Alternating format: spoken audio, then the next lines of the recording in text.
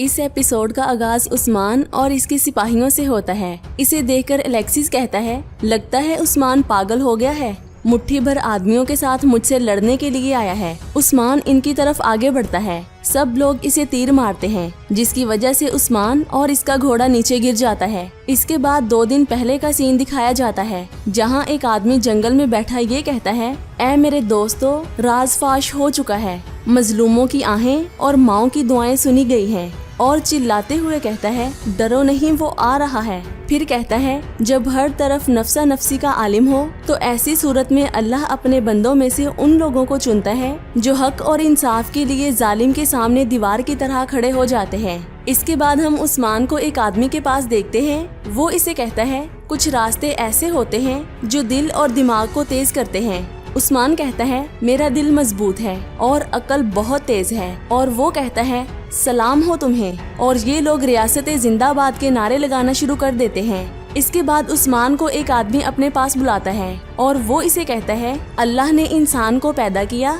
और इंसान को अकल और दिल भी दिया। दिमाग का जेवर जुबान है और जुबान का जेवर हाथ है। उस्मान कहता है, मैंने सुना है ये हकीकत है।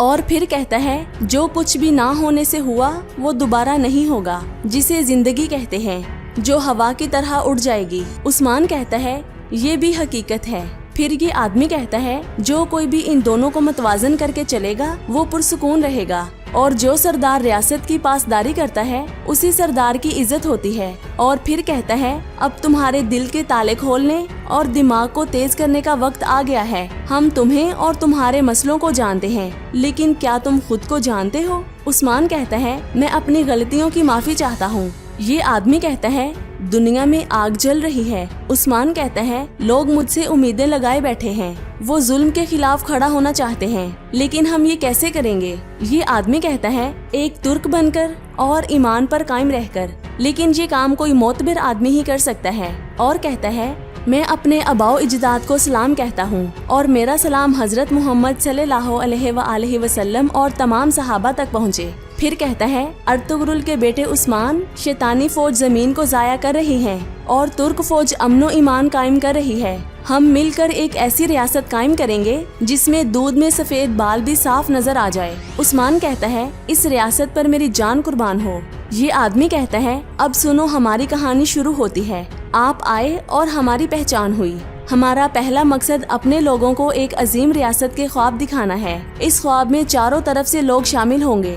इसके बाद हम गुंजा और बाला को देखते हैं। गुंजा कहती है, अल्लाह का शुक्र है मौसम गर्मा आराम से गुजर गया। वैसे भी हमारी खवातीन ने बहुत मेहनत की थी। अगर वो लकड़ियाँ और घास जमा ना करती तो ये मौसम गुजारना बहुत ही मुश्किल हो जाता। एक छोटा सा बच्चा आकर बाला की आंखों पर हाथ रखता है। इस बच्चे का नेम अहमद होता है। बाला मुस्कुराते हुए कहती है, ये प्यारे से हाथ किसके हैं? फिर इसके हाथों को पकड़कर कहती है, ये हाथ तो मेरे छोटे लोहार अहमद के हैं। और इसे अपने गले लगा लेती है। अहमद इसे फूल देता है। बाला कहती है, ये फूल तोड़ने वाले हाथ हमेशा सलामत रहें। और वो गुंजा को कहती है, अहमद के लिए कुछ खाने के लिए लेके आओ। गुंजा अहमद को खाने के लिए कुछ देती है। बाला इस बच्चे को कहती है, अपना सामान बांध लिया तुमने? ये बच्चा कहता है, मैं अभी बाबा के साथ काम करवा रहा हूँ, अभी तो बहुत काम बाकी है। बाला कहती है, तो आप लोग अपना काम जल्दी कर लेते। ये बच्चा कहता है, बाबा कह रहे थे अगर मेरी माँ जिंदा होती तो हम काम बहुत जल्द कर लेते। ये सुनकर बाला कहती है, तुम बिल्कुल भी फिक्र मत करो, हम तुम्हारी मदद करेंगे। और वो गुंजा को कहती है, तुम इसके साथ काम करने के लिए जाओ, मैं भी अपना काम खत्म करके आती हूँ। यहाँ पर बाला के पास खुजल आती है और तंज भरे अंदाज में इसे कहती है, काफी देर हो गई है तुम्हारी शादी को, अभी तक कोई बच्चा नहीं हुआ। वैसे भी उस्मान तो सरदार है ना, वो अपनी बाला और सिपाही बेटे के बगैर कैसे रह सकता है? बाला कहती है, देने वाली जात मेरे रब की है।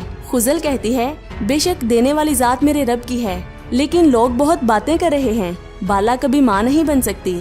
फिर कहती है, लोग ये बात उस्मान के जहन में भी डाल सकते हैं।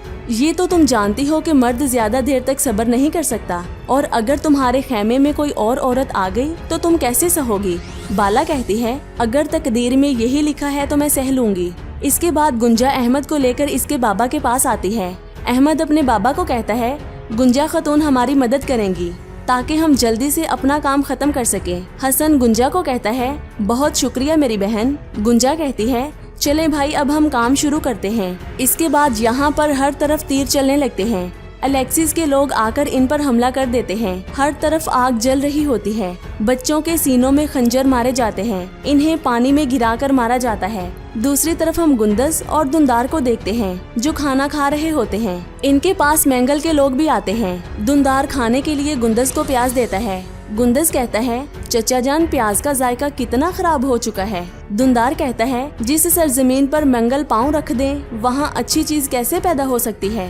इंशाअल्लाह जब वो गिद्दड़ हमारी जमीनों से निकल जाएंगे तो प्याज पहले की तरह हो जाएगा, तुम फिक्र मत करो। ये सुनकर जैर कोताई कहता है, मेरे पास बहुत सारे मैंगल नौकर हैं। इन्हें सरदार की तलाश है जो इनकी तलवारों को किराए पर हासिल कर सके। दुंदार कहता है, हम तुम जैसों को किराए पर क्यों लेंगे।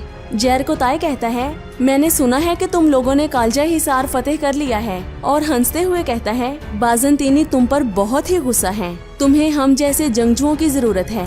इससे पहले कि हम लोग अपनी तलवारें तुम्हारे दुश्मनों को किराए पर दें, मैं अपनी पुरानी दोस्ती की खातिर तुम्हारे पास आया हूँ। इसके बाद फिर से वही जंग वाला सीन दिखाया जाता है जिसमें बाला अहमद को दुश्मनों से बचाकर ले जाती है, लेकिन एक आदमी बाला को खंजर मारकर अहमद को यहाँ से ले जाता है। दूसरी तरफ दुंदार इन्हें कहता है, हमारा उन डाकुओं के साथ कोई लेना देना नहीं है जिन्होंने अपनी फौज के साथ गद्दारी की और मुश्किल वक्त में भाग गए। इसी दौरान यहाँ पर सेल्तुक भागता हुआ आता है और कहता है, हजूर अलेक्सिस ने अपनी फौज के साथ हमला कर दिया है, हमारा बहुत नुकसान हुआ है, खवातीन और बच्चे मारे गए हैं। गुंदस कहता है, ये तुम क्या कह रहे हो, खुजल खतून और बाला खतून किधर हैं? साल्तुक कहता है, इनमें से किसी की कोई भी खबर नहीं है।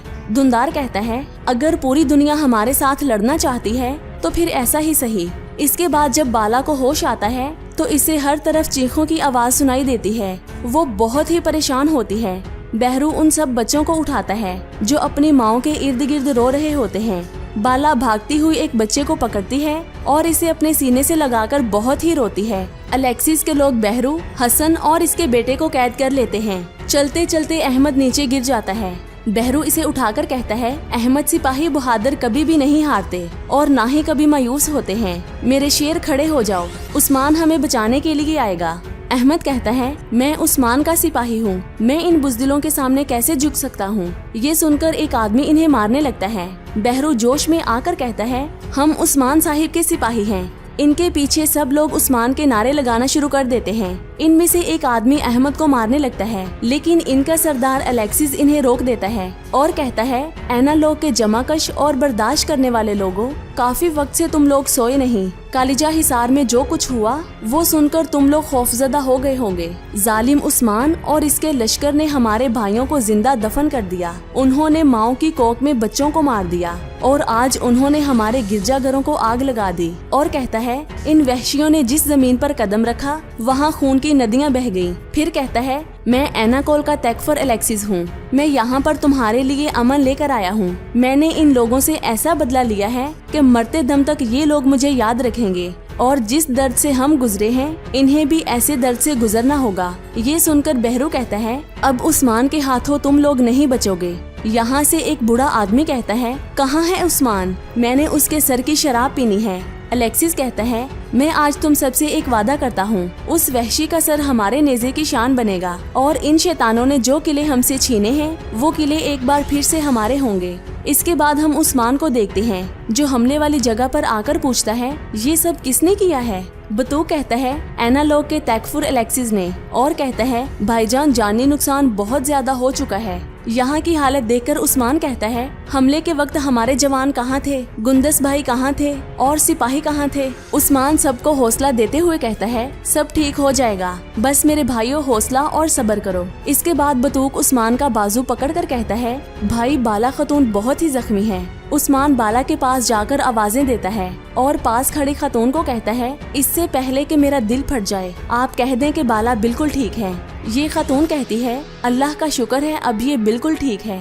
उस्मान बाला के माथे पर हाथ रखकर कहता है, बाला मेरी जान तुम बिल्कुल ठीक हो जाओगी। बाला इसे कहती है, उस्मान अहमद। उस्मान कहता है, क्या हुआ अहमद को? बाला कहती है, वो उसे अपने साथ ले गए हैं। अहमद बिन माँ के बच्चा है, आप उसे अकेला मत छोड़िएगा, उसे वापस ले आइए उस्मान। उस्मान कहता है, फिक्र करने की कोई जरूरत नहीं, अल्लाह ने चाहा तो जहन्नम बना दूंगा ये दुनिया उनके लिए। तुम जल्दी से ठीक हो जाओ ताकि जब अहमद वापस आए तो तुम्हें मुस्कुराता हुआ देखे। इसी के साथ ये एपिसोड खत्म हो जाता है। नेक्स्ट एपिसोड देखने के लिए हमारे इस चैनल को सब्सक्राइब करके बेल आइकन को प्रेस कर दें। अपना बहुत सारा ख्याल रखें। खुदा हाफिज।